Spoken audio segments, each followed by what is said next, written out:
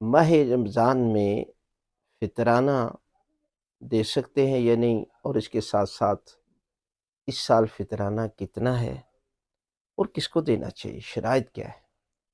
اب دیکھیے، یہ واجب عمل ہے، لہذا یہ شرائط کے مطابق کرنا ہے۔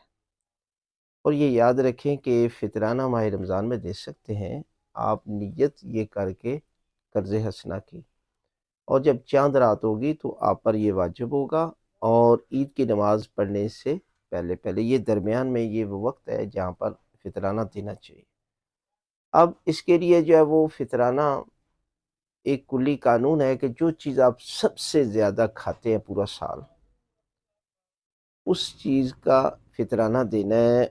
وہ مقدار میں 3 کلو، یا وہ جنس دے دے یا اس کے پیسے دے دے۔ مثلا آٹا کھاتے ہیں، 3 کلو آٹا دے دے، یا پھر اس کے پیسے دے دے، تو آپ کا فطرانہ جو ہے وہ ادا ہو جائے گا۔ مثلا آپ نے آئیڈیا، ہر علاقے کا آٹا کی قیمت الگ الگ ہے، کئی جگہ پر 380 روپے بنا رہے ہیں، کہیں 450، کہیں زیادہ بنا رہے ہیں، کہیں کم ہے۔ آپ اپنا خود حساب کر سکتے ہیں، اس میں دوسرے بندے کی ضرورت نہیں ہے کہ وہ کہے جی کہ آپ کو 500 کا ہے، یہ 1000 روپے ہے، نہیں، آپ 3 کلو۔ اور اس کے ساتھ ایک بڑی سخت شرط ہے کہ آپ نے شیعہ اثنا عشری نمازی ہو، کھلم کھلا گناہ کرنے والا نہ ہو، اور حقیقی معنوں میں مستحق ہو۔